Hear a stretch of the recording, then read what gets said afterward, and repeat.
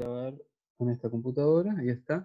Fíjense que me pasó algo en la mañana con el otro grupo, que la gente del grupo me dijo, em, profe, fíjense que después de la grabación usted la puede subir al aula. Bueno, los profes hacen eso. Sí, por lo menos las clases que hemos tenido las han estado subiendo. ¿Y cómo lo hacen? Porque mi clase pesaba 64,2 megas y la cuestión me dijo que aceptaba hasta 32. Profe, me dijo la profe de nutrición que lo suben como a YouTube, creo, y después lo suben al aula, como link, una cuestión así. Ah, esa es otra cuestión, pues. Ya. Ah, perfecto. Sube los vídeos a YouTube. Ah, esa es otra cosa, ya. Claro, porque Aula no soporta el tamaño de los vídeos. Ahora, otra pregunta, chicos, perdónenme que les haga estas preguntas así como de usanza, pero es importante, es más fácil la conversación con los estudiantes cuando es más liviana. Díganme, ¿cuánto tiempo de clases hacen promedio mis colegas o han estado haciendo con los que han tenido clases?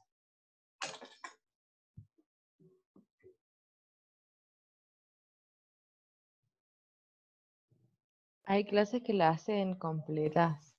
O Pero, sea, por ejemplo, un jueves yo tuve una clase que empezaba a las 5:30 y fue hasta las 8:30. Nos dieron 10 minutos de break. Solamente eso. Otros profes hacen de 40 minutos y dan 15, así. Yo creo que depende de usted cómo nos quiera ir usted avanzando. claro, es que, claro, lo que pasa es que por ahí en la Facultad de Ciencias a nosotros se nos había dicho que la idea no es exactamente reemplazar el, la pantalla de la computadora como un sistema de la sala de clases, porque eso es imposible. Entonces que la idea es hacer clases un poco más cortas y dejarles tiempo a ustedes para investigar de modo personal algunos temas y tal. Eso es lo que se nos recomendaba en la Facultad de Ciencia, por eso me parece tan raro. O sea que hay colegas que hacen las 3 sesiones de clase a través de este sistema.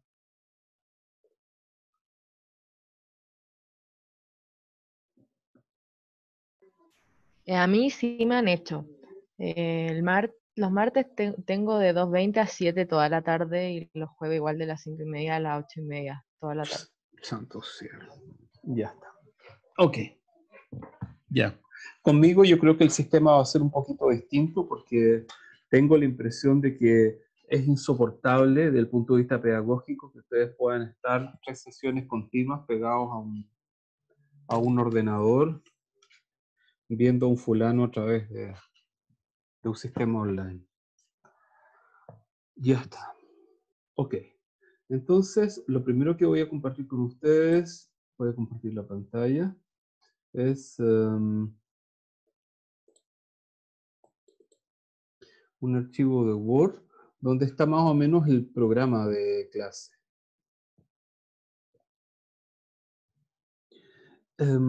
Miren, el programa de clase está basado en una estructura bastante amplia, bastante grande, que tiene en el fondo toda la fisiología humana, es decir, sistema endocrino, sistema cardiovascular, respiratorio, digestivo, excretor, inmunitario y nervioso. O sea, es un sistema amplísimo. Y para ello, ¿verdad? Bueno, antes de la pandemia, habíamos considerado muchas cosas, incluyendo laboratorios de algunos temas y tal, cosas que por supuesto no van a poder realizarse ahora. Perdón. De modo que hay algunos elementos que obviamente tienen que cambiar sus estrategias de trabajo. Luego, dicho esto, entonces hay 3 subcompetencias: reconocer estructuras y funciones, explicar las funciones y finalmente ver la prevalencia de esas funciones en los procesos más importantes de la fisiología humana. Para ello, fíjense, vamos a partir con una primera etapa, digamos, que corresponde al sistema endocrino. Voy a dar un ejemplo, nomás, no les voy a mostrar toda la porquería del programa porque no sé si es tan útil en realidad ir al detalle, pero, por ejemplo, comprende conceptos y estructura y función de los seres vivos pluricelulares. Explica la función de los sistemas y organismos humanos en diferentes niveles de organización y los procesos de integración que dan lugar a la homeostasis. Conoce y explica las patologías más prevalentes del cuerpo humano en contextos educativos. Entonces, en el fondo, la subcompetencia que hay de este particular es reconoce y describe las estructuras y funciones de diferentes sistemas del organismo humano. Esa es como la subcompetencia fundamental. Dentro de los saberes que espero yo de este grupo, ¿verdad? Tenemos hormonas y acción de las hormonas, relaciones hipotálamo-hipofisiarias y factores liberadores, generalidades sobre el hipotálamo, embriología de la glándula hipófisis en primer término. En segundo término, modulaciones del sistema nervioso central sobre el sistema endocrino, hormonas adenohipofisiarias, hormonas neurohipofisiarias, targets hormonales periféricos. Y entonces, dentro de eso, si ustedes se fijan, bueno, estrategias, lectura, e-aula y clases virtuales. Y dentro de los recursos, por supuesto, está citada la bibliografía, pero también, estudiantes, voy a dar paper de vez en vez. ¿Ya? De modo que estos papers puedan fortalecer algunos elementos importantes asociados a los contenidos vistos. Entonces, ahora, una pregunta que siempre, obviamente, los estudiantes se hacen es, ¿y estos papers, cómo los vamos a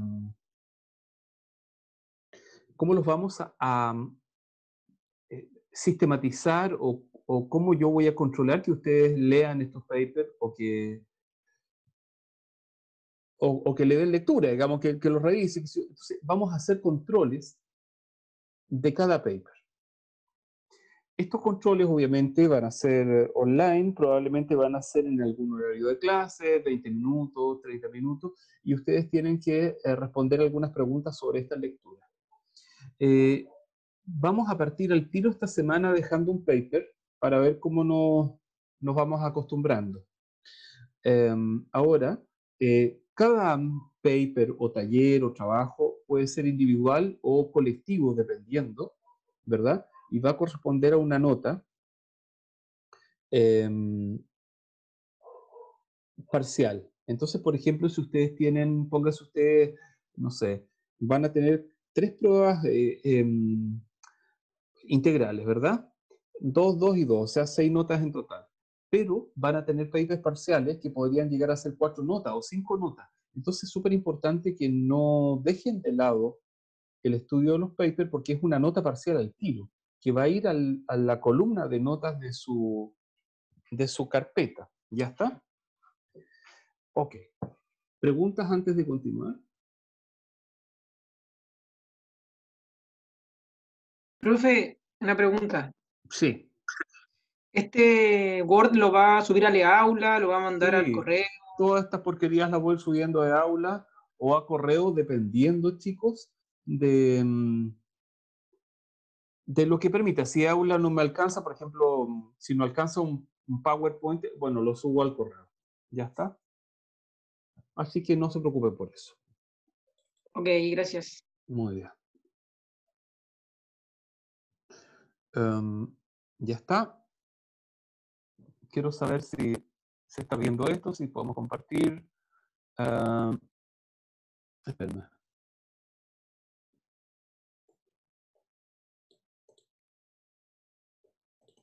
Ahí está. ¿Se aprecia eso? ¿Sistema endocrino? Sí, profe. Perfecto, listo. Sí, profe. Ya, estamos listos para partir entonces. Entonces, fíjense que... ¿Y me ven ustedes también en chiquito o no? Sí, profe, Sí. también. Ah, perfecto, ya está. Ok. Entonces, fíjense, Esto del sistema endocrino, chicos, yo siempre lo veo como el primer sistema, por una razón muy simple. Porque am, no, no, no hay práctica, no hay prácticamente, no hay nada de nuestra estructura humana que no pase por la regulación de mecanismos hormonales y endocrinos. Es imposible, todo está asociado a este maldito sistema endocrino. Ok, entonces, ah, vamos a ver, esa era la primera. Entonces, se fijan entre paréntesis que a la diapo les voy poniendo numeritos. ¿Ya está? ¿Por qué les pongo números? Porque a veces los estudiantes dicen, profe, vaya a la diapo tanto, o profe, tengo una duda de tal esquema, entonces yo pregunto, ¿en qué diapo estaba el esquema? Ya, en la tanto. Ok, Profe, una consulta. ¿sí? ¿Va a grabar la clase? Sí, la estoy grabando. Ah, ok, vale. Sí, ahí está ese puntito, mira, rojo, que dice que está grabándose. Ya está. Su altavoz no funciona, comprueba. Ah, no, que soy idiota. Es que estoy conectado con audífono porque es mejor con audífono cuando estás en la computadora. Porque cuando conectas el altavoz rebota el sonido y produce una reverberancia infinita que dificulta la comunicación. Así que siempre es mejor usar audífonos para las clases. Ya. Bueno, entonces, este sistema endocrino, ¿verdad? O sea, lo primero que voy a partir es con una definición general. Voy a poner un lápiz, opción de puntero, pluma. Ya está. Esta es una célula. Se supone que las células tienen núcleos, no están dibujados, digamos, por razones de práctica, ¿no? Pero se supone que tienen el núcleo. Entonces, esta es una célula. Entonces, esta célula es una célula que envía, que es capaz de producir una sustancia, en este caso una hormona, ¿ya? Y esta hormona, que está representada por estos circulitos, es enviada al exterior, al espacio extracelular. Entonces, esta hormona, que es liberar el espacio extracelular, va a ser captada por un receptor. Entonces, ¿este receptor dónde está? Está ubicado en la membrana celular. De modo que, en este caso, esta hormona no entra a la célula, sino que se acopla al receptor. Una vez que se acopla al receptor, el receptor va a generar una señal hacia el interior que va a provocar en esta célula una respuesta. ¿Ya está? Entonces, en el fondo, esta célula, esta primera célula, se va a llamar, quien dice célula emisora. Nosotros le podríamos llamar célula productora o célula glándula, si ustedes quieren. Y en segundo término, esta célula va a ser una target cell, o sea, una célula receptora. Target significa como tirar al blanco. Entonces, tú te imaginas que tienes una flecha que va a ser la hormona y va a caer en un lugar preciso del blanco. Y ese lugar va a ser esta target cell. Entonces, por esa razón está mostrada esta target cell y esta otra, que dice no target cell. Y entonces, ¿qué significa que esta no sea target? Que no tiene un receptor para el ligando. ¿A qué nos referimos con el concepto de ligando? Bueno, a la hormona en cuestión. ¿Ya? La sustancia que se liga al receptor va a ser el ligando. Entonces, chicos, la hormona se liga al receptor, el receptor genera una señal y esa señal se traduce en una respuesta desde la perspectiva de la célula. Y cuando esta célula, una célula vecina, por ejemplo, no tiene este receptor, entonces, bueno, no hay respuesta. ¿Hay alguna pregunta?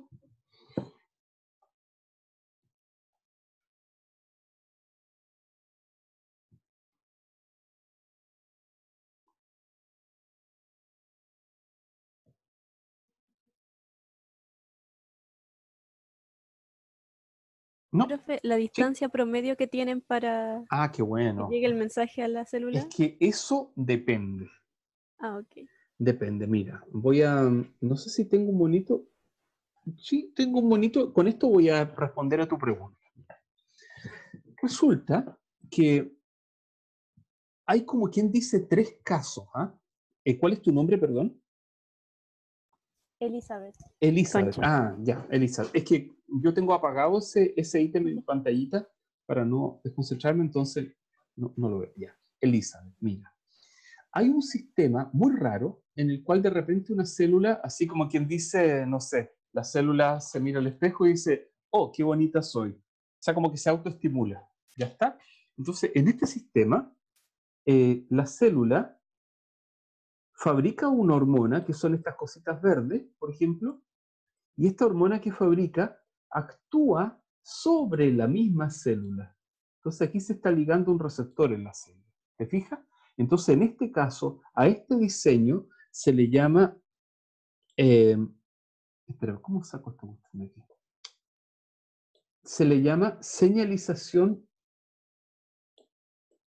autocrina. Autocrina porque auto significa por sí mismo. ¿Ya está? Entonces, en este caso, la distancia es cero. Pues. La propia célula fabrica una hormona y esta hormona actúa sobre la propia célula. En el segundo término, hay una función donde la célula fabrica una hormona, que son estas cositas verdes, y estas hormonas se ligan a un receptor que está ubicado en otra célula más lejana. Y esto se llama señalización paracrina. Entonces, ¿cuánto de lejano? Ponte tú, no sé, 1 centímetro, que entre células 1 centímetro es harto igual, o 10 centímetros, ¿verdad? O 50 centímetros. Y después de esa distancia, entonces nos referimos a sistema o señalización endocrina, donde la célula fabrica la hormona se mete a un vaso sanguíneo y puede recorrer grandes distancias. Por ejemplo, un ejemplo cualquiera. Tienes un macho que tiene su testículo, ¿verdad? Entonces el testículo del macho tiene un conducto deferente y no sé qué, toda esa macana. Entonces aquí está el testículo. El testículo produce una hormona que se llama testosterona. Entonces la testosterona se mete a un vaso sanguíneo, ¿verdad? Y viaja a través del vaso. Y ponte tú que llega, no sé, al cerebro de la persona. Ponte tú que aquí hay una persona, ¿ya? Y llega al cerebro de esa persona. Entonces uno se pregunta, oye, entre el testículo y el cerebro, ¿cuánta distancia habrá? Uy, hay más de 1 metro. Ah, ok, perfecto. Entonces, en el fondo, cuando las distancias son largas, se llama sistema endocrino, o sea, el tercero. Cuando las distancias son intermedias, se llama sistema paracrino. También me gusta decir a mí, en el vecindario. Y cuando las células se estimulan a sí mismas, sistema autocrino. Entonces, esas son las tres expresiones esenciales. Autocrino, paracrino, endocrino. ¿Sí? ¿Respondo a tu pregunta, Elizabeth? Sí, muchas gracias, profe. Excelente, súper. Ya está. Ahora, otra cuestión esencial, chicas y chicos, tiene que ver, espérenme un segundo, maldita sea. Deme un segundo. Ah, maldición.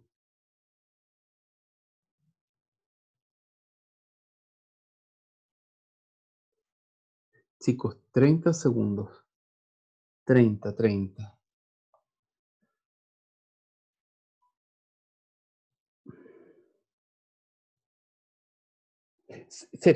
Sergio, hola, ¿cómo estás, Sergio? Fíjate que acabo de ver tu llamada perdida.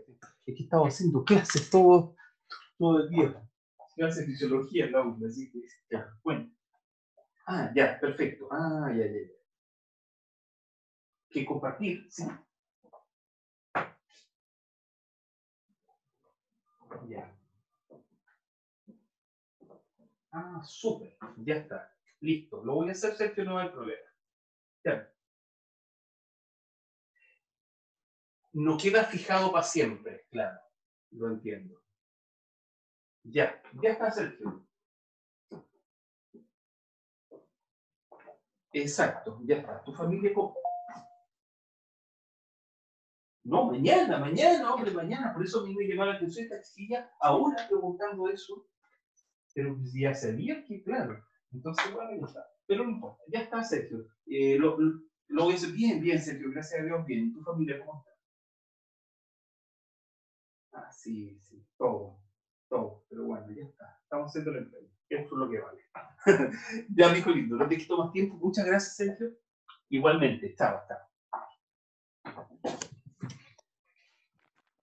Ok, chicos, perdónenme, pero ustedes saben que esto de, oye, esta cuestión de hacer trabajo online nos ha cambiado la vida a todos, pero supongo que igual nos va a servir, porque de alguna manera es como mejorar ciertas técnicas que en el futuro seguro que se van a ocupar en todas las universidades. O sea, yo creo que en el futuro ya nadie va a hacer clases presenciales, exceptuando los trabajos prácticos, o los talleres, así, donde haya que ir a enfermería o a una morgue, cortar un cadáver. Creo que el resto de las cuestiones va a ser todas así em, como online. Bueno, entonces, fíjense, aquí tenemos el ligando. El ligando, ustedes saben, ya se los dije, representa la hormona. Entonces, tenemos el ligando y el ligando se liga a un receptor. Entonces, en este caso, en este esquema, el receptor está en la membrana celular, si ustedes se fijan, ¿verdad? Entonces, pónganse ustedes que está en la membrana, no sé qué, y aquí está el receptor. ¿De qué están hechos los receptores de membrana, chicos?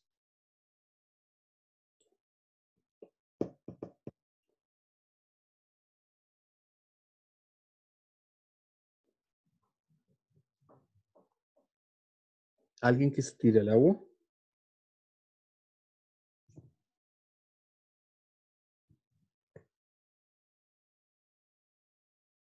Ya, pues.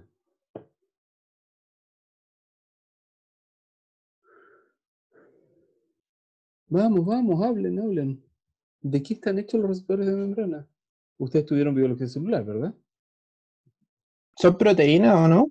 Son proteínas, pues hombre, por supuesto, son proteínas. ¿Qué más va a ser? Proteínas, lógico. Son moléculas tremendamente complejas. Son proteínas con estructuras cuaternarias, qué sé yo. Claro que sí. Ok. Entonces, ¿qué hace el receptor en el fondo? Lo que hace el receptor, chicos, es generar una señal hacia el interior de la célula. Entonces, ¿qué representa esto? Proteínas adaptadoras, es decir, proteínas que de alguna forma hacen que la señal llegue hasta alguna región de la célula donde pueda ocurrir una respuesta que normalmente es una respuesta que permite que el DNA de la célula, ¿verdad?, genere mensajeros y estos mensajeros vayan a la maquinaria de síntesis proteica y fabriquen otras moléculas específicas. Muy bien. Profe, ¿Sí? ¿cómo se llamaban las proteínas? Proteínas adaptadoras. Ya. Voy a la siguiente. Ah, perfecto. Entonces ahora, chicos, lo que vamos a ver es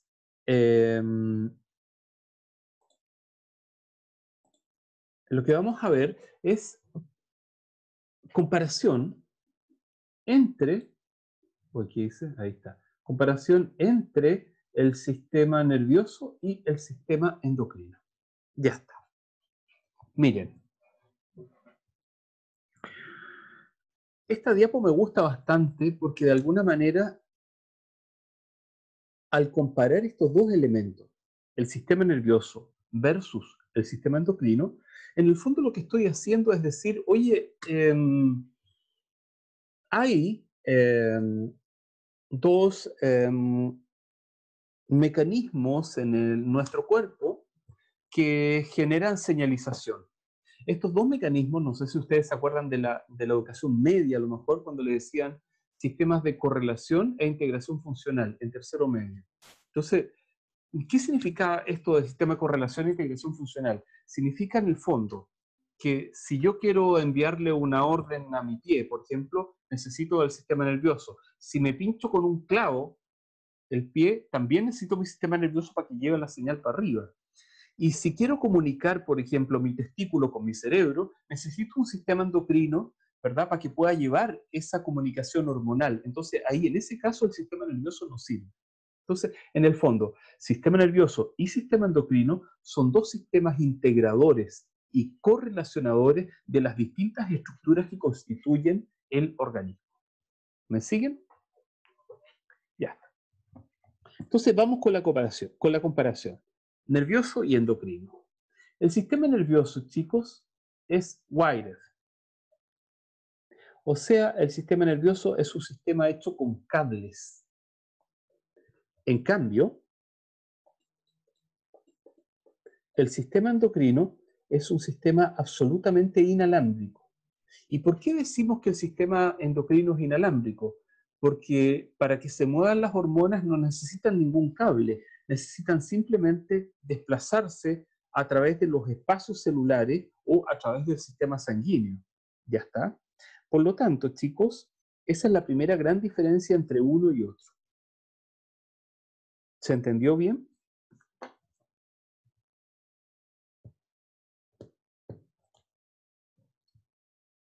Con alguien que me diga que sí, es suficiente. Profe, ¿a ¿Sí? través de qué se desplazaba el sistema endocrino? A través de la sangre o los espacios celulares. Gracias. Ya, muy bien, excelente. Sigamos adelante. El sistema nervioso está constituido, ¿verdad?, por señales químicas que llegan a una target cell, es decir, a una célula blanco. Por ejemplo, si tenemos aquí una neurona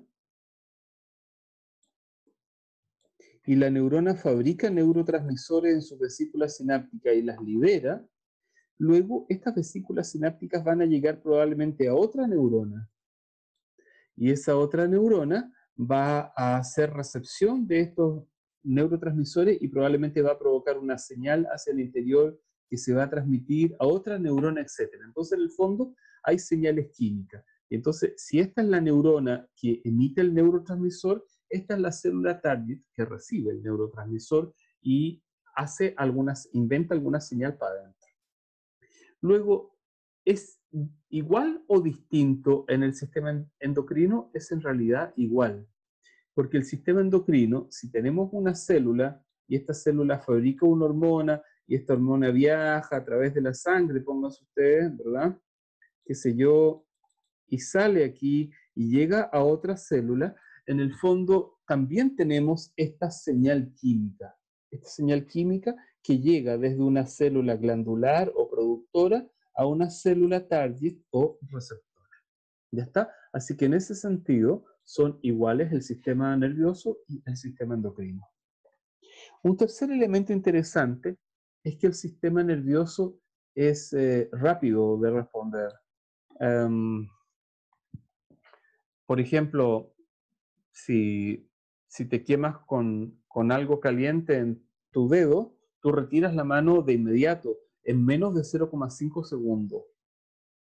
En cambio, fíjense, a diferencia, el sistema endocrino es lento. Por ejemplo, se los voy a poner con el siguiente ejemplo. Imagínense que ustedes están en su casita y, a ver, lo voy a dibujar. Pantalla en blanco. Imagínense ustedes que están, o en negro. Así. Que están en su casita, qué sé yo, ahí, bien bonita, no sé qué. Y entonces tienen un perro.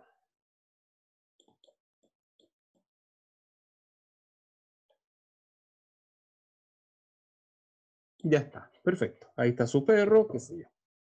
Y ustedes están ahí mirando el perrito, no sé qué, felices. Y entonces, al otro lado de la cuadra, hay otra casita, y, pero estaba vacía, pero un día de repente llega un vecino, y ese vecino tiene una perrita. Y esta perrita, ¡ay, qué rara quedó! Y esta perrita está en celo. ¿Ya? ¿Qué significa que está en celo? Que está liberando unas sustancias al medio ambiente, qué sé yo, que se llaman feromonas. Bueno, no importa eso. Está en celo. Entonces, estas sustancias, a través del aire, van a hacer alguna reacción, van a producir alguna respuesta química en el sistema nasal del perro, en realidad en algunas regiones específicas paranasales. Bueno, no tiene importancia eso ahora. Entonces el perro, a medida que pasa el tiempo, se va a ir transformando y va a transformarse en un perro mucho más, hoy hay la cola, eh, mucho más activo, ¿ya? Probablemente va a comer distinto y a la vez quizás a lo mejor hasta le va a cambiar el pelo y va a cambiar su condición física, su condición muscular. Entonces, para que este era el perro A, ¿verdad? Y ahora el perro A pasó a ser un perro B, está un poquito distinto. Entonces, eso, para que ocurra eso, necesita pasar un tiempo. Más o menos pónganse ustedes que va pasando una semana, no sé. Entonces la pregunta es, ¿qué hizo cambiar al perro que tenían ustedes y transformarlo de perro A perro B? Bueno, las señales que provocaron a través del aire las feromonas de la perrita. Entonces, ¿qué ocurrió dentro del perro ahora en términos fisiológicos? Ocurrió un cambio endocrino. Aumentaron ciertas hormonas, por ejemplo, testosterona. Se modificó alguna respuesta periférica de la masa muscular, etcétera, etcétera. Algunas regiones de su cerebro también cambiaron. Entonces, en el fondo, los cambios endocrinos son cambios siempre mucho más lentos que los cambios del sistema nervioso. Entonces, ahí también ustedes ven que hay una diferencia entre uno y otro caso. ¿Ya está? Otra cuestión interesante de decir, chicos, es que el sistema nervioso es un sistema de duración muy breve, porque tú te quemas con, no sé, con la cocina y sacas la manito y listo, terminó la reacción. Después tú te chupas el dedo porque te duele, pero ese otro cuento. Pero el reflejo de sacar la mano fue así muy rápido y muy breve. En cambio, las respuestas endocrinas, por ejemplo, pensando en este perrito, son respuestas a largo plazo. O sea, el perrito va a estar en un estado distinto que puede durar 3 semanas o 4 semanas incluso. ¿Ya está? Hasta que haya una nueva modulación de sus hormonas. ¿Hay alguna pregunta?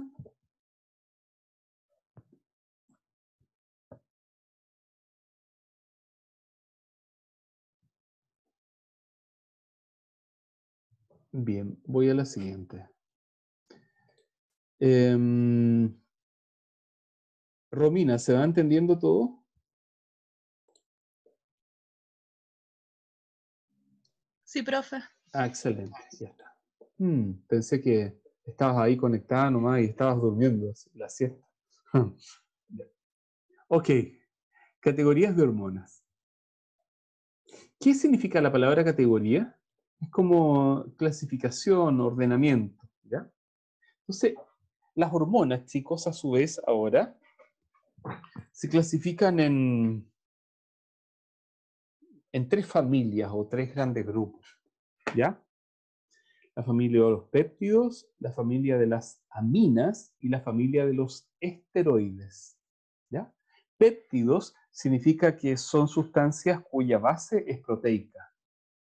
Aminas significa que la base de las moléculas son derivadas de aminoácidos y esteroides significa que la base de las moléculas son derivadas de colesterol. Bueno, estas son las 3 poblaciones esenciales de hormonas que existen en nuestro organismo humano y también en muchos otros seres vivos del planeta. Voy a la siguiente. Los péptidos, fíjense ustedes, son hormonas muy especiales. Primero, ya dije, porque son proteicas, ¿verdad? O sea, están hechas de proteínas, de cadenas de aminoácidos. Entonces, son hidrofílicas. ¿Qué significa la palabra hidrofílica? Micaela.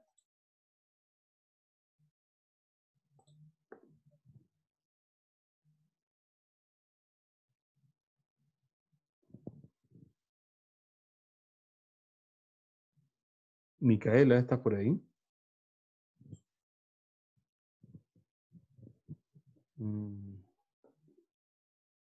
Ya veo que estuviste un rato nomás. Vamos con Matías. ¿Estás ahí?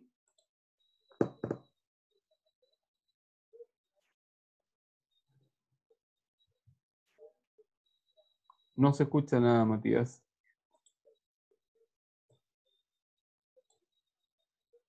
Ya, vamos a Valentina, a ver. ¿Estás ahí, Valentina?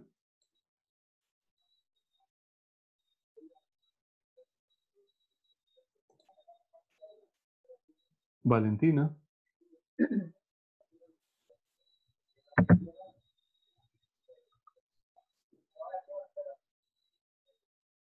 No estoy hablando con nadie. Que tiene afinidad con el agua hidrofílica. Exactamente. Muy bien. Tiene afinidad con el agua. Perfecto.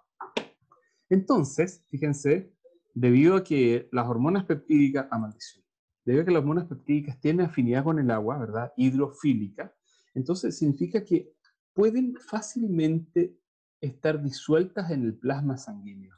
O sea, dicho de otra manera, fácilmente las hormonas peptídicas pueden viajar a través de la sangre, ¿ya? Ahora, aquí hay algo súper importante que es el concepto que viene, chicos. Las células, o sea, perdón, bien digo, sí, las células que van a recibir a la hormona, es decir, las células target, ¿ya?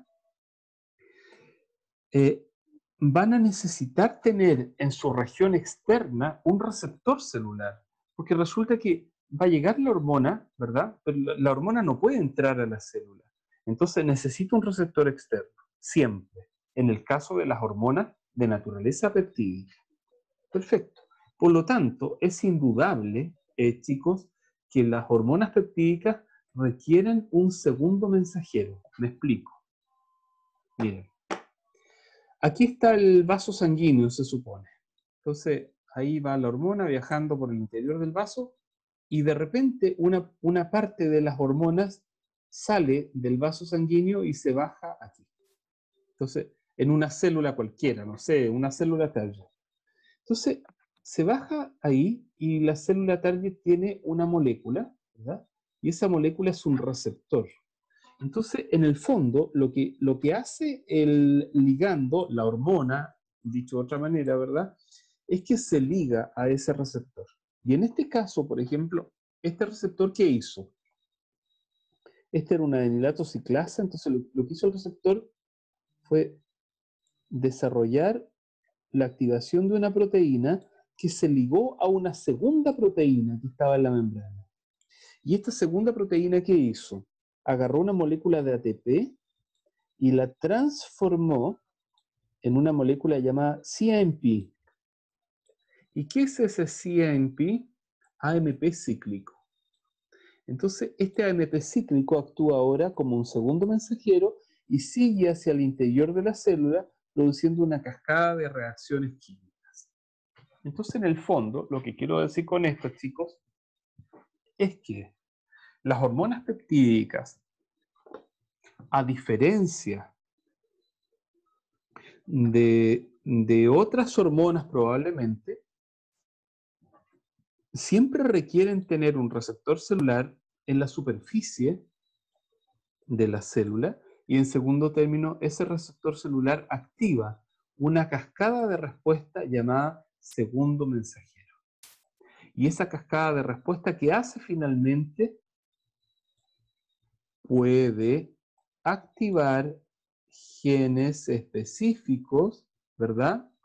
Que regulen la síntesis de proteínas. O sea, dicho de otra manera, una hormona peptídica es una hormona proteica que se liga a un receptor, primero que viaja a través del plasma sanguíneo, porque es hidrofílica, que se liga a un receptor celular que está fuera de la célula para producir una cascada de respuestas dentro de la célula que lleguen hasta alguna región importante, por ejemplo el núcleo, donde sea capaz de activar una respuesta genética específica y fabricar una proteína determinada. ¿Sí? Profe, entonces la ATP siempre se va a transformar en CMP, ¿cierto? Sí, siempre. Cuando exista esa señalización. Pero hay otras señalizaciones celulares, ¿ah? Por ejemplo, imagínate esto, voy a poner una pantalla en blanco. Ponte tú que aquí está la célula, por ejemplo. Entonces, aquí está el receptor. Entonces, ponte tú que aquí está la hormona y se liga al receptor.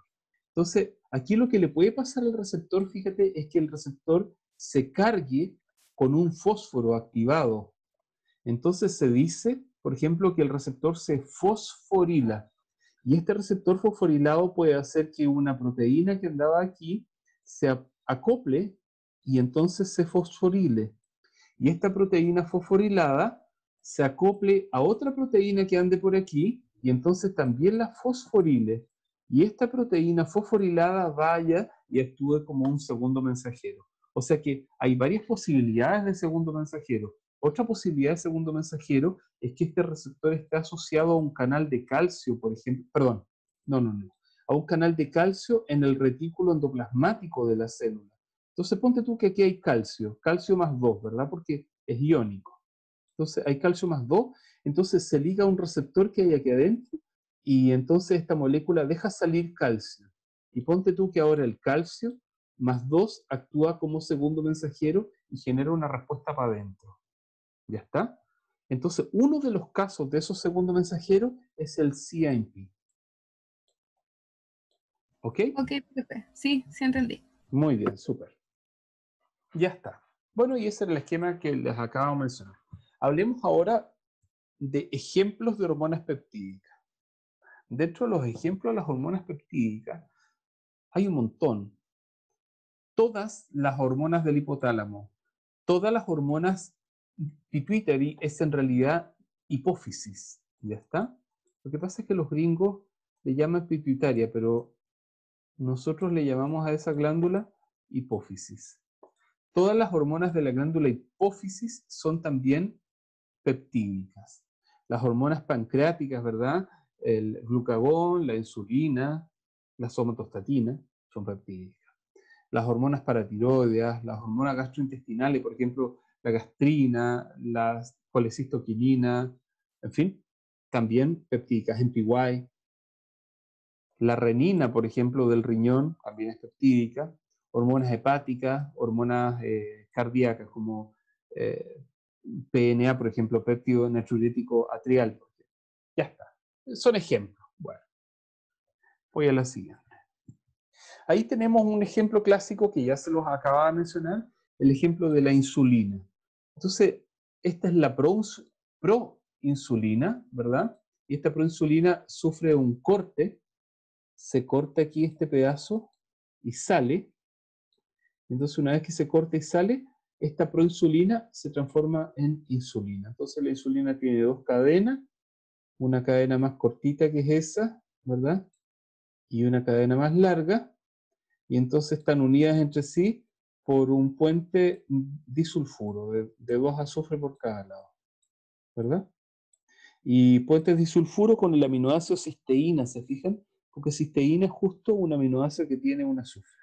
Entonces, entre los dos aminoácidos hacen un disulfuro y entre los otros dos, otro disulfuro. Ok, bueno, no tiene tanta importancia eso. Lo que me parece interesante es que ustedes entiendan que las hormonas proteicas están constituidas por cadenas de aminoácidos. Voy a la siguiente. Aquí tenemos, por ejemplo, un péptido menor, que también es una hormona peptídica, que tiene tirosina, glicina, fenilalanina y leucina. Entonces tiene 1, 2, 3, 4 y 5. Este péptido tan cortito que está esquematizado aquí, en esta línea, ¿verdad? Que tiene una cadena alfa y un trazo recto, es un neuropéptido. Ya está, y que actúa como hormona, obviamente, a nivel del sistema nervioso central, por ejemplo. Ya está. Otro tipo de hormonas que participan en el proceso endocrino son las denominadas aminas. Entonces, ¿qué son las aminas finalmente? Las aminas son, en sentido bien sencillo, estudiantes, hormonas derivadas de aminoácidos. Y se llaman aminas en el fondo porque tienen un grupo amino también, un NH2. ¿Ya está? Entonces, dentro de estas hormonas aminas hay dos grandes poblaciones, las hormonas tiroideas y las catecolaminas. Ok. Entonces, vamos a ver un caso. Este aminoácido que está aquí es un aminoácido que nosotros ingerimos, ¿verdad? La tirosina.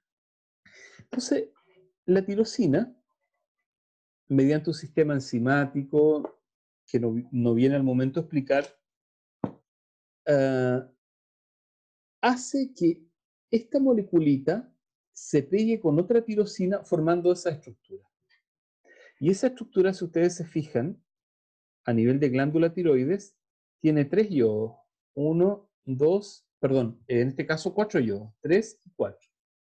Y entonces, como este tiene 4 yodos, en las posiciones 3, 5, 3, 5, 3' y 5', se llama tetrayodotironina. Pero también puede ser que pegamos 2 tirosinas, le recortamos un pedazo, ¿verdad? Porque es un enlace éster, y entonces en este caso tiene 3 yodos nomás, 1, 2 y 3. Y entonces en este caso ya la molécula no se llama T4, sino que se llama T3, triyodotironina. Entonces, tetrayodotironina, triyodotironina. ¿Y por qué nina y no sina? Porque en el fondo es la unión de 2 tirosinas. Y luego estos espacios se cubren con yodos, igual acá. Ahora, no sé si está interesante decirlo ahora, pero estos yodos que están cubiertos aquí perdieron su electrón, ¿ya? Para poder acoplarse. Bueno.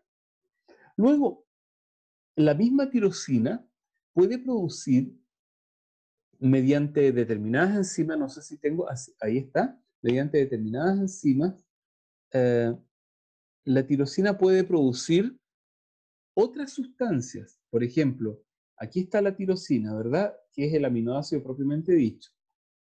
Mediante la tirosina hidroxilasa se transforma en L-dopa. L-dopa es una molécula precursora de un neurotransmisor. ¿De qué neurotransmisor? Bueno, del neurotransmisor dopamina. Y dopamina, mediante la dopa beta de carboxilasa, esa beta hidrolasa, perdón, se hidroxila y se transforma en norepinefrina. Y la norepinefrina, mediante esta enzima, la PNMT, se transforma en epinefrina. Esta norepinefrina ustedes también lo conocen como noradrenalina, es lo mismo. Y epinefrina lo conocen también como adrenalina. Ya está. Entonces, en el fondo, voy a volver atrás, tirosina, por una parte, inicia la síntesis de T3 y de T4, y por otra parte inicia la síntesis de norepinefrina, epinefrina y, una que falta aquí, que estaba en la otra diapo, dopamina. Muy bien. Ok.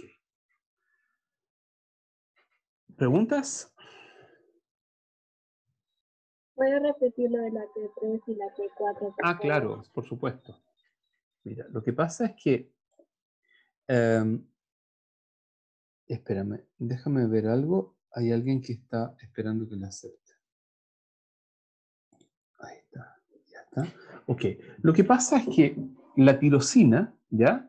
Se une a otra tirosina, ¿ya? Y cuando se une, uno de estos pedacitos sale. Entonces queda así, queda uno de estos ciclos unido por un enlace éster con el otro de estos ciclos. Entonces cuando ocurre eso, la tirosina deja expuesta, ¿ya? O sea, perdón, la mezcla de tirosinas deja expuesta 4 sitios. A esos 4 sitios le pueden pasar 2 cosas, que se unan 4 yodos o que se unan 3 yodos. Según sea, si se unen 4 yodos, se forma T4. Y si se unen 3 yodos, se forma T3. ¿Ya está? Esa es la historia. ¿Sí? Gracias. Bien. Continúo. Hablemos ahora de las hormonas esteroidales.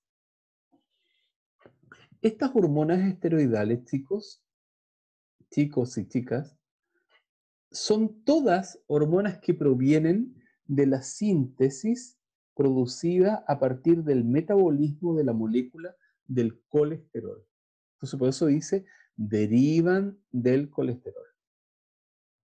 Como el colesterol es una grasa, todos los esteroides son de naturaleza grasa. Por lo tanto, como son grasas, son todos de naturaleza lipofílica. ¿Qué significa que sean lipofílicas? Que odian el agua. Entonces, estas moléculas, chicas y chicos, igual pueden viajar en el plasma, pero normalmente algunas van libres y otras pueden ir viajando unidas a micelas o unidas a proteínas. Ya está, como unas proteínas portadoras. Entonces resulta que estas moléculas de esteroides, ¿verdad?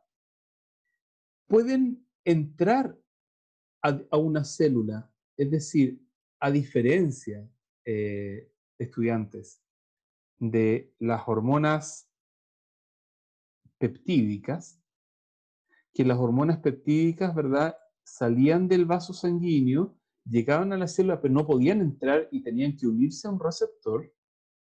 En este caso la cosa es distinta, porque en este caso la hormona esteroidal, ¿ya?, cruza fácilmente a través de la membrana plasmática.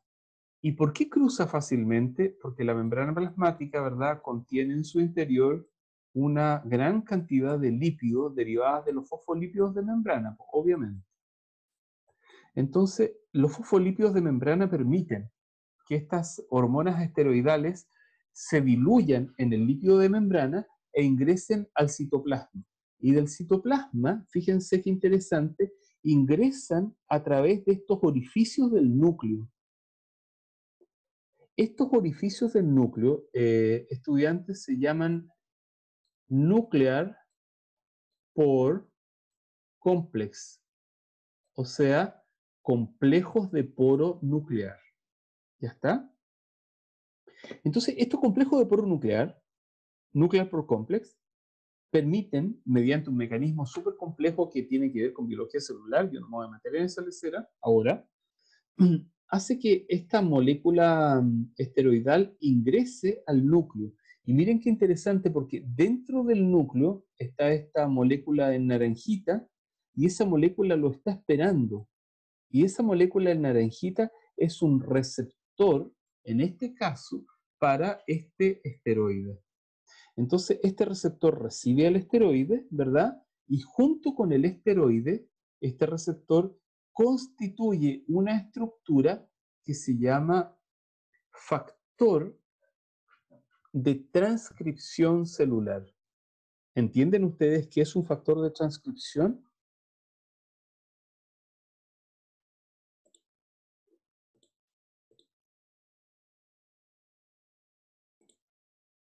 A ver, le vamos a preguntar a Daniela. Daniela, espérame. ¿Entiendes lo que es un factor de transcripción?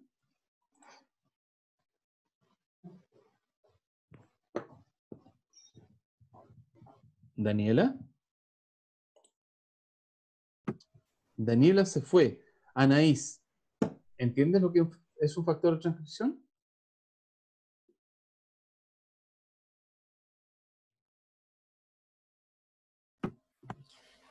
No sé qué es.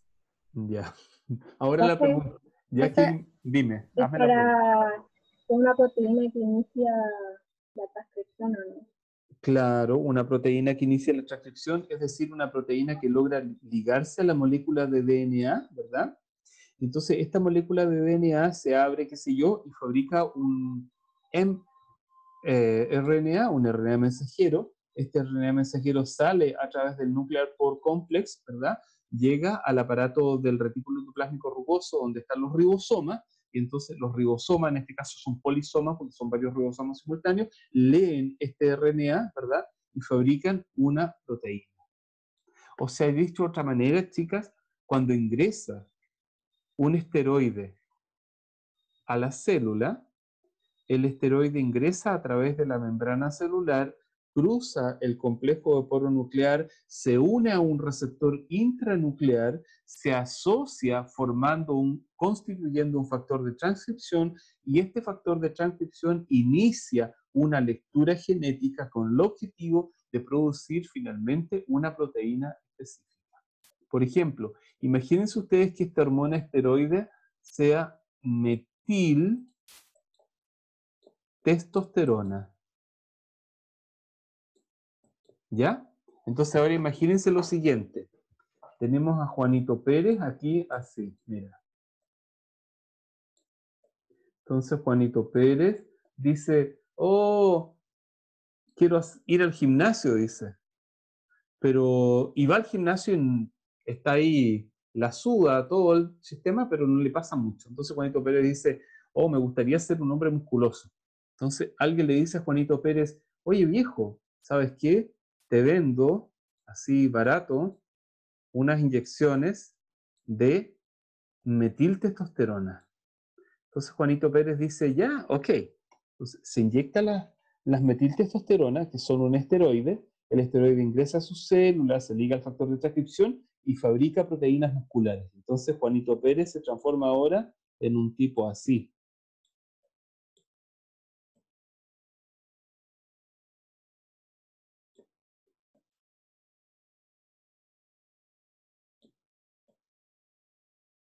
¡Oh, qué feo me quedó!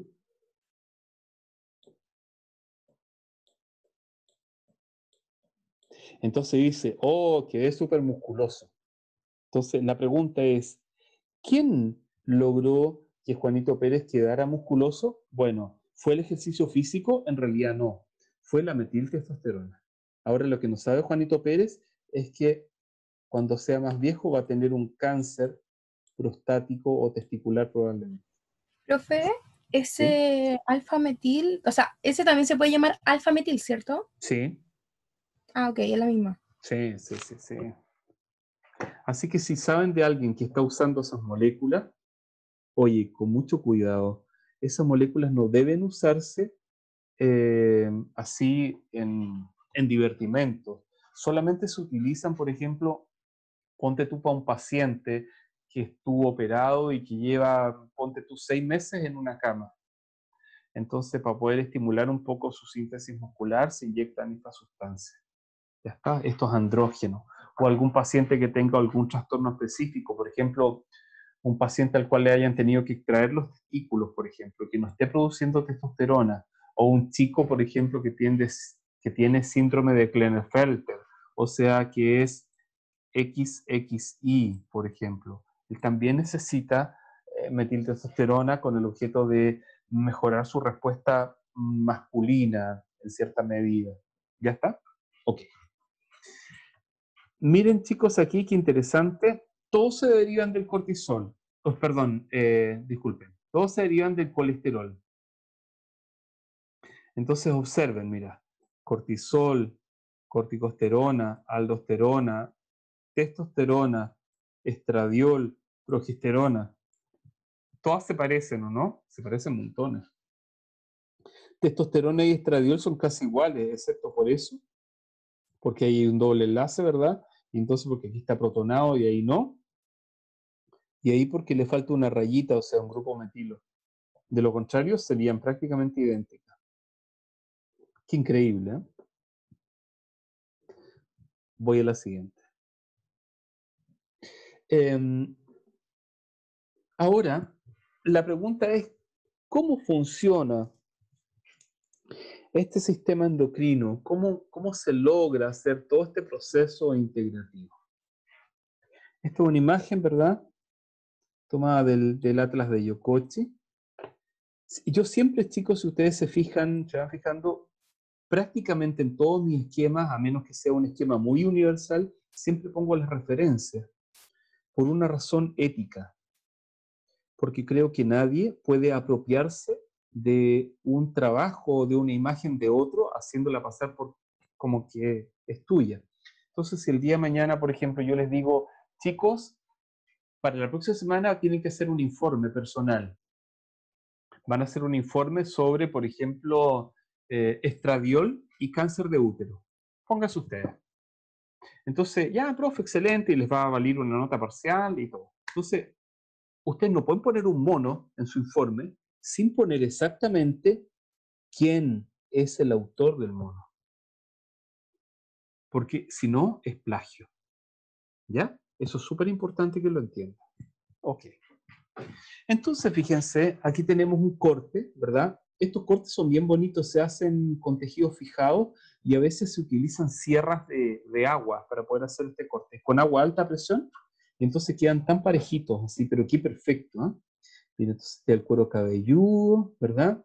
Este es el periósteo, esto es el hueso craneano, estas son las meninges, ese es el seno venoso, esa cavidad que está ahí, bla, bla, bla. En fin, precioso. Bueno. ¿Qué me interesa de esta figura? Me interesa lo siguiente. Voy a poner otro, o sea, primero voy a marcar un poquito. Veamos algunas cosas anatómicas esenciales. Esto que está aquí, ¿verdad? Es el cuerpo calloso. Eso que está aquí es el quiasma óptico. Y esta porción, mentira, este es el quiasma óptico. Y esta porción que está aquí es el hipotálamo. Entonces voy a teñir el hipotálamo de otro colorcito mejor para que quede un poquito más interesante. Ese es el hipotálamo. Y entonces, si ustedes se fijan, debajo del hipotálamo está la glándula hipófisis. Entonces, chicos, si esa es la glándula hipófisis, voy a ir con otro color de puntero. Un momento. Color del lápiz. Entonces, fíjense, esto de aquí, que estoy tiñendo en verde, corresponde a la silla turca.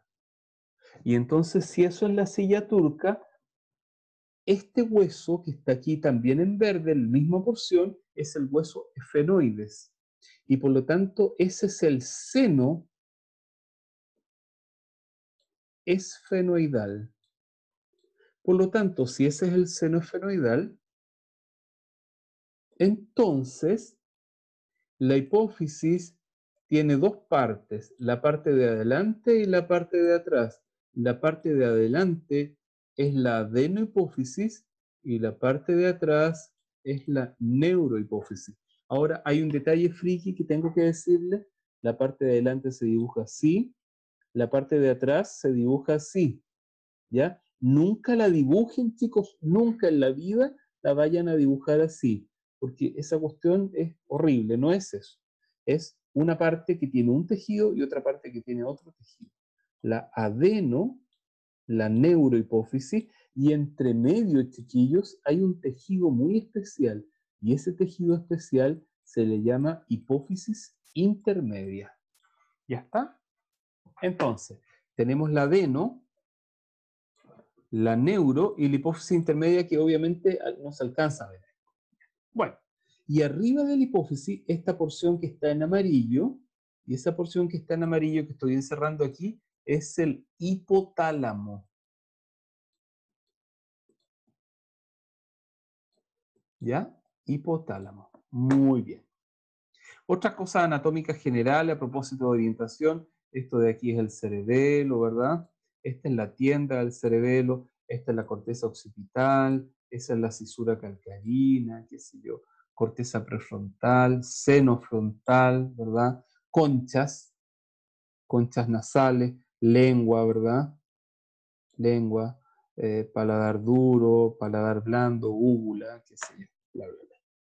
Médula espinal, ¿verdad? Médula espinal, médula oblonga, ¿verdad? Protuberancia, mesencéfalo, qué sé yo, tubérculos cuadrigéminos, glándula pineal, bla, bla, bla. Bueno, eso es anatomía general, ustedes ya tuvieron anatomía, así que no me meto en esos líos.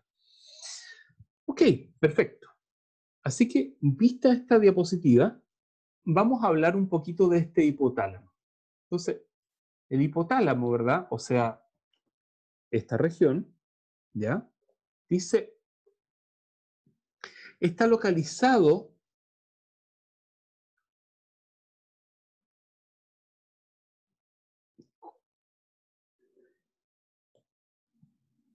cuya intención funcional, dice, está cruzada con funciones neurovegetativas, neuroendocrinas, límbicas y del sistema visual.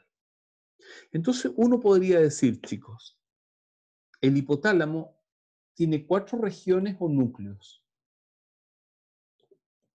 ¿Ya? Las voy a dibujar así en forma bien chusca para que nos imaginemos esta cuestión.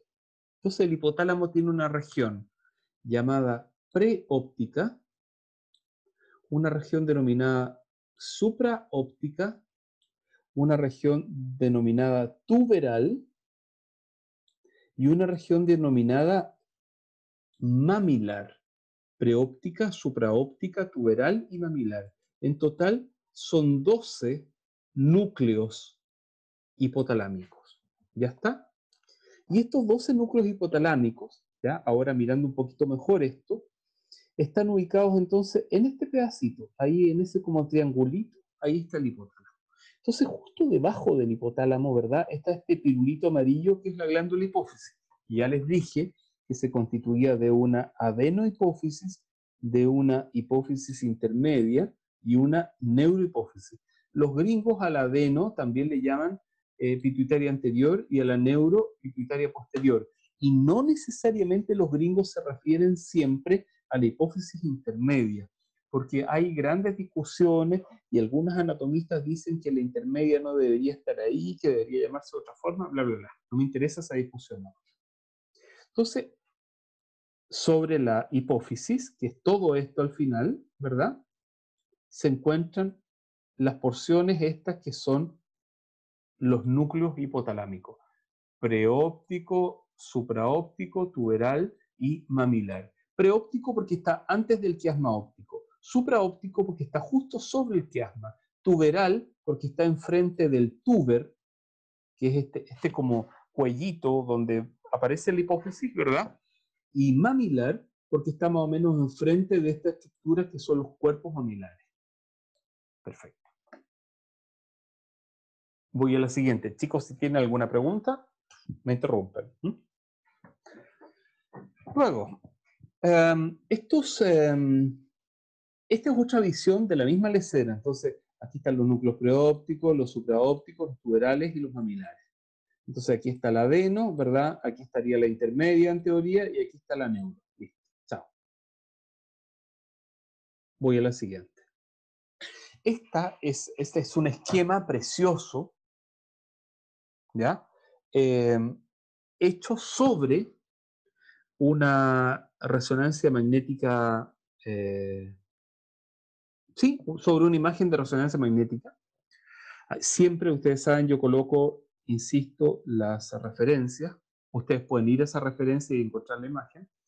Entonces, aquí lo que hizo el autor fue, mira, pintar, ese es el nervio óptico, ese es el quiasma óptico, ahí donde se produce el cruce, ¿verdad? Y eso para atrás son los tractos ópticos. Entonces, ustedes acuérdense que nervio óptico, quiasma óptico, tracto óptico.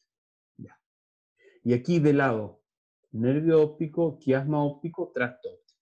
Entonces, en el fondo, y aquí está el cuerpo calloso, por ejemplo. Entonces, si ustedes se fijan, aquí se está mostrando más o menos las porciones del hipotálamo. Perfecto. Y aquí en una visión de frente, en un corte coronal, ¿verdad? Se aprecia el hipotálamo y estas cositas de aquí son los cuerpos mamilares. Perfecto. Ya está.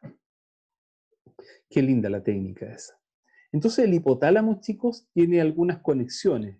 Y si uno las quiere resumir, puede resumirla como conexiones locales y conexiones no locales. Entonces, dentro de las conexiones locales, tiene las conexiones del tracto hipotálamo hipoficiario y del tracto túbero hipoficiario. Me explico. Si esta es la adenohipófisis, y esta es la neurohipófisis, ¿verdad? Las conexiones del tracto hipotálamo hipoficiario parten aquí y terminan ahí. Y las conexiones del tracto tuberohipoficiario parten aquí y terminan ahí. ¿Ok? Entonces es interesante saber que existen esas dos vías conectivas desde el hipotálamo hacia la glándula hipófisis. En segundo término, chicos, mira, esto es para marearse, porque son muchos nombres, perdón, hay muchos nombres, pero no los voy a discutir todos, no se preocupen. Entonces, hay otras conexiones, las conexiones aferentes, ¿verdad? Y las conexiones eferentes. Entonces, ¿cuáles son unas y cuáles son otras?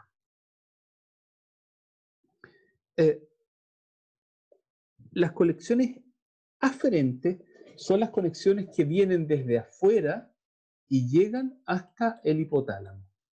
¿Ya? Entonces, pónganse ustedes que aquí está el hipotálamo, ¿verdad? Aquí está la adenohipófisis y aquí está la neurohipófisis. Entonces, estas llegan desde afuera hacia el hipotálamo. Entonces, hay varias súper interesantes. Por ejemplo, hay una súper importante, el tracto retinohipotalámico. ¿Y qué hace este tracto, chicos? Este tracto toma la información proveniente de algunas células específicas desde la retina y llevan esta información hacia el hipotálamo. ¿Y para qué sirve?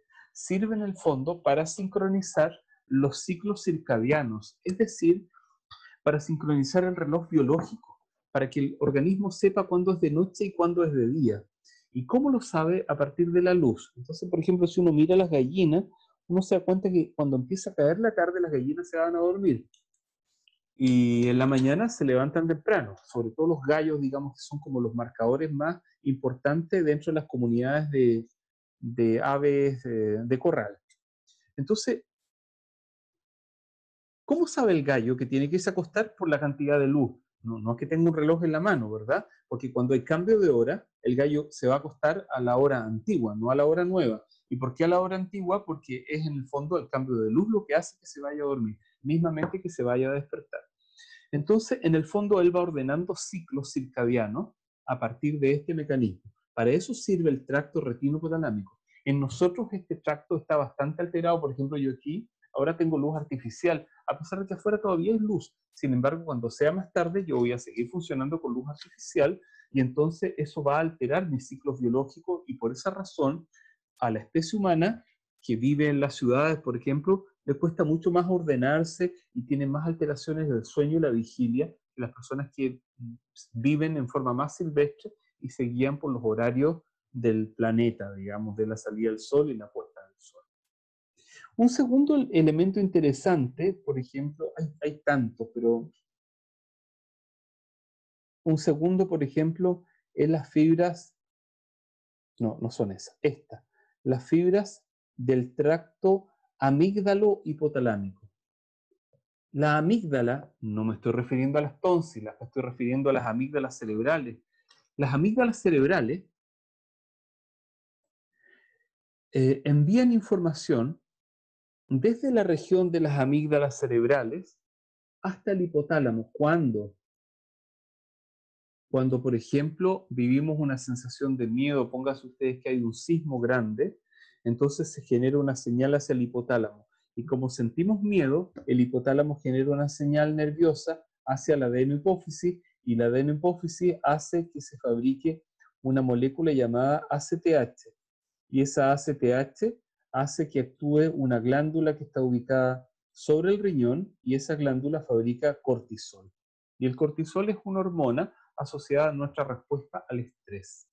Entonces así, el hipotálamo, ¿verdad? Que está ubicada en esta porción tan especial y tan central del cerebro, es como una especie de centro de transducción de muchas cosas que pasan en el sistema nervioso central y que tienen que ser traducidos como un mecanismo de regulación hormonal.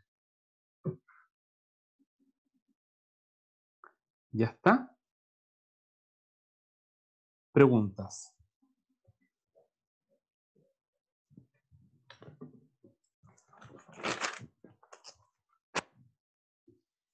Chicos, tomen sus lápices y anoten lo siguiente.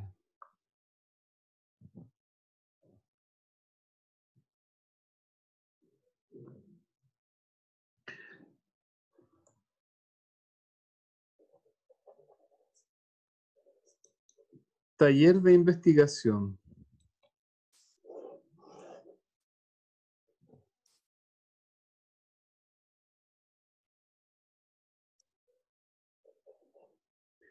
Número 1.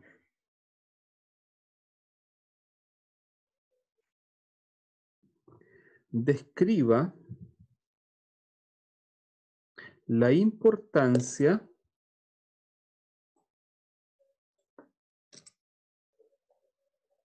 del locus ceruleus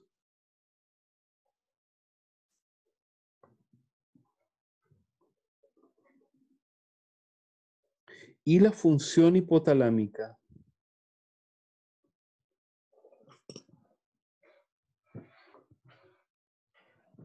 Dos. Segunda pregunta. ¿Qué importancia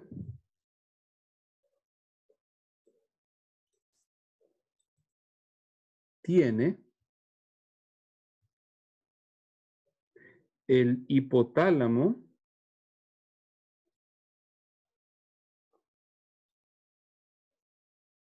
en la función de las vías autonómicas descendentes? Profe, ¿puede repetir las preguntas, por favor? Sí, por supuesto. La primera pregunta dice, describa el locus ceruleus. Ahí está el locus ceruleus. ¿Ya? Describe el locus ceruleus, entre paréntesis, ubicación, forma, ¿ya? Describe el locus ceruleus y la función hipotalámica, o sea, la relación entre ellos.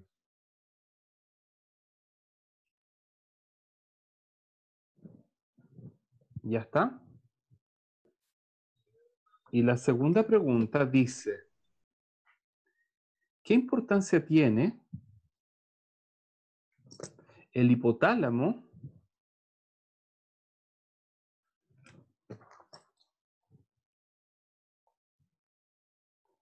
en la función de las fibras autonómicas descendentes?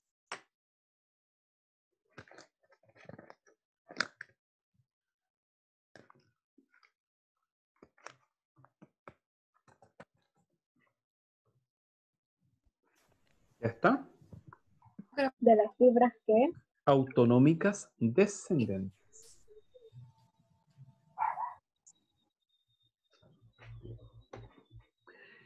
Chicos, ustedes busquen la bibliografía que quieran. Recuerden que toda la bibliografía debe ser citada en norma APA.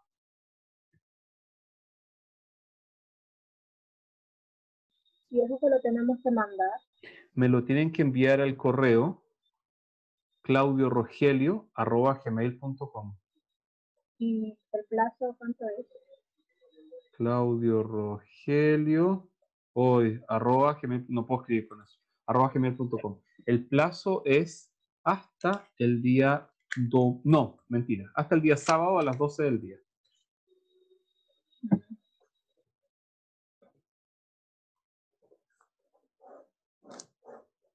¿Estamos?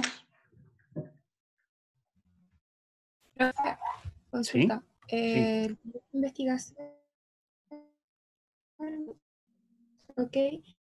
¿En Espera, qué, se te fue la onda, querida. ay, La investigación, ¿no? ¿en qué ¿Ya? fuente, número de letra? ¿En qué? Ya. Yo les voy a enviar un instructivo no, cortito. Yo les voy a enviar un instructivo cortito por correo para ver las cosas fundamentales. No se preocupen. Se los envío ahora en la Sí, tarde. profe. ¿Ya? Ya, ok. Listo. ¿Algo más por hoy día? Profe, Dime. va a grabar el video y lo va a subir hoy día. ¿La clase? Sí, exactamente. Hoy día mismo. Ya, Ok, gracias. profe. Ya. Gracias. Cualquier cosa, nos vemos. Me preguntan, utilizan el chat, qué sé yo, y vamos resolviendo. Que tengan buena tarde. Ha sido un placer. Que Igual, esté bien. profe, que le vaya bien. Chao. Muy bien. Nos Muchas vemos, gracias. Profe. Chao. Chao, profe. Adiós. Vaya bien. Chao, igual.